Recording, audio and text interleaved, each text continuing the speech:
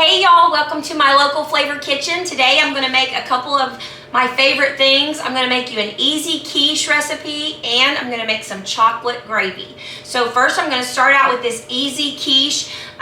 We're going to do some eggs. I've got about 8 eggs in here, and then I'm going to put some heavy cream. Now if you don't have heavy cream, then you can just use regular milk. So I've got about 8 eggs here. Just start pouring in a little milk and beating your eggs up. I'm making a little bit of a mess. So probably about half a cup of milk to that. The heavy cream is going to make it a little thicker than milk, but just give it a good beat. Make sure you get all those eggs beat up real good. You can make this in a smaller dish, but I'm going to make mine into a casserole dish. So, of course, you don't need as many eggs if you're going to make a small one, but let me show you my casserole dish. So I've got this deep dish here. I'm just going to spray it a little bit with some cooking spray. Now you can make your own homemade crust, but I don't make very good crust. Now my best friend, Dina, she makes great crust, but not me. So I leave it to the professionals. I leave it to Pillsbury. Let me see if I can get that out of there. Might have to. I usually set it out for a minute so it'll unroll pretty good. There we go. Okay. There we go. Set it out for a little bit. If it's too cold, it won't roll out very good. So I've had that set now. I'm going to unroll this, put it in here in the bottom of my pan. It's a little bit big, so I'm going to cut that and put it in the corners where the pan's a little big. Cut the edges off, fill in the corners. Now, with this recipe, you can make it any way you want. You can put anything you want in it. I'm a veggie girl, so I'm going to put lots of veggies in it. So I've got my pie crust ready here. Got my eggs and my heavy cream whipped up, just about like that. Probably so about 8 eggs and about a half a cup of cream. And then I'm going to put in some of this diced ham. You can, if you just have some lunch meat ham, just dice it up. But I got these little pieces of ham, got them down at the Walmart when I went yesterday.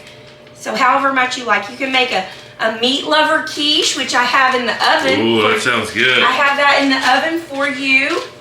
And so I've got a little ham, got some bacon pieces that I've chopped up. And now I know you're not going to like this one, but sorry, I have an itch on my nose. You're not going to like this one because I'm going to put everything in it, but I have one in the oven just for you. So I've diced up some purple onion, because Greg says it's purple, it's not red. And then I'm going to get a little bit of fresh spinach. We have spinach. Just a little handful of that. Chop it up.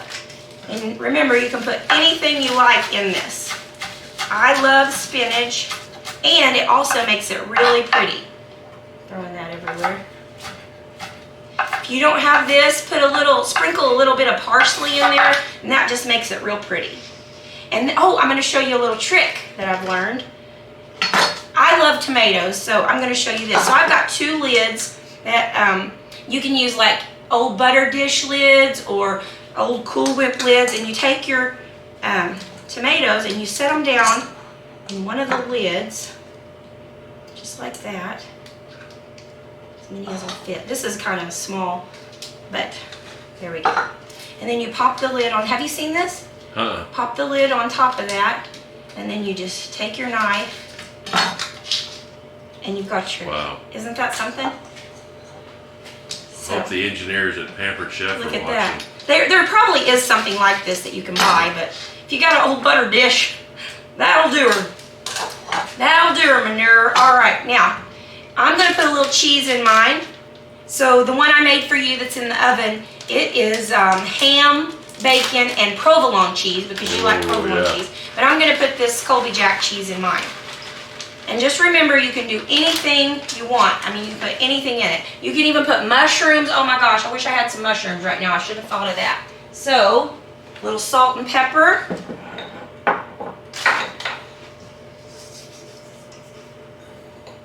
Coarse black pepper makes it pretty. Kosher salt makes it taste good. Look at that. Doesn't that look so good? I know you don't think that looks good, but it will be delicious. So see how that heavy cream makes it a little bit thicker? And of course, I love using farm fresh eggs. So if you can find some, you probably should get some because they're the best. After you eat farm fresh eggs, you just can't hardly eat a store-bought egg. So this is something that you make a lot when we're on like vacation. Yes. Yes, we make this because everybody can eat it and it goes a long ways. Now this is also would be great supper time. If you come home and you don't know what to cook for supper, we have breakfast for supper a lot. So and then you just pop this in the oven at 350 for about 30 or 35 minutes, right around there. So I'm gonna pop this in the oven, and then I'm gonna we're gonna come over here by the stove and we're gonna show you how to make chocolate gravy. Yum, yum, yum.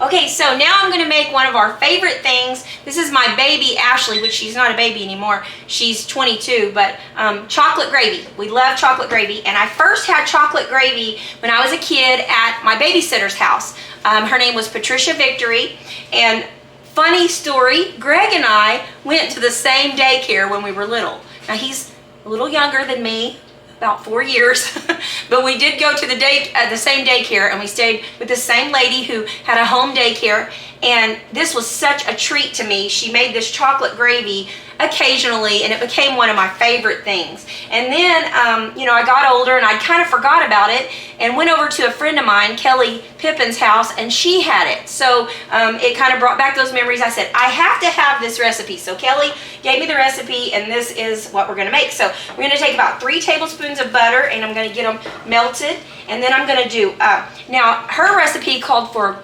3/4 cups of sugar, but I put a cup of sugar, a whole cup of sugar, just because I'm extra like that. I've got my biscuits in here in the microwave, they're beeping at me.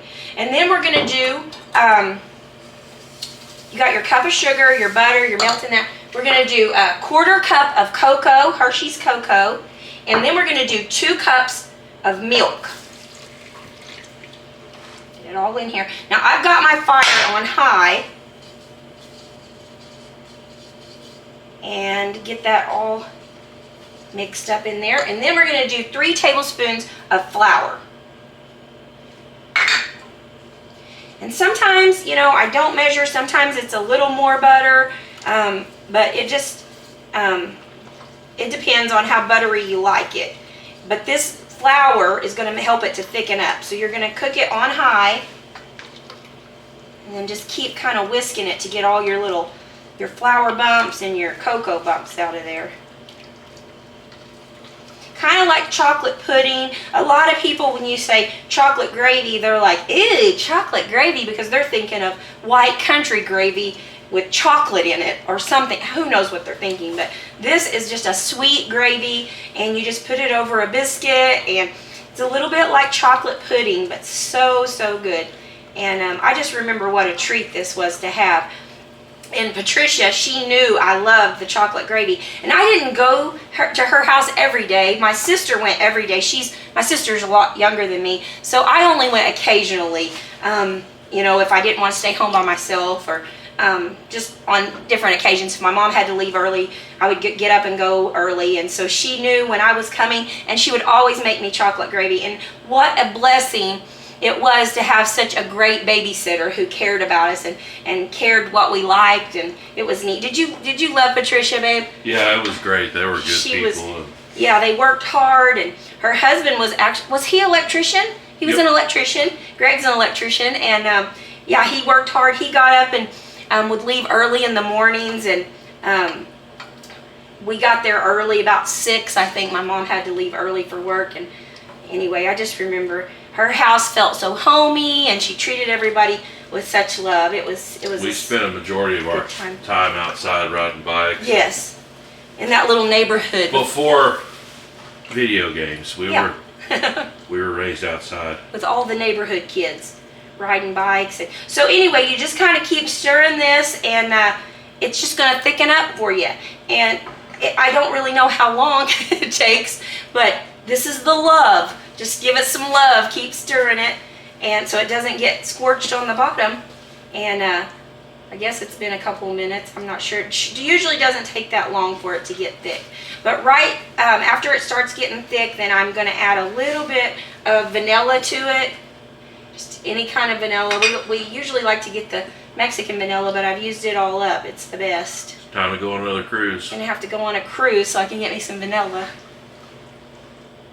So it's starting to thicken up. I can feel it getting thicker here. And then I've got a biscuit here that I've warmed up from yesterday.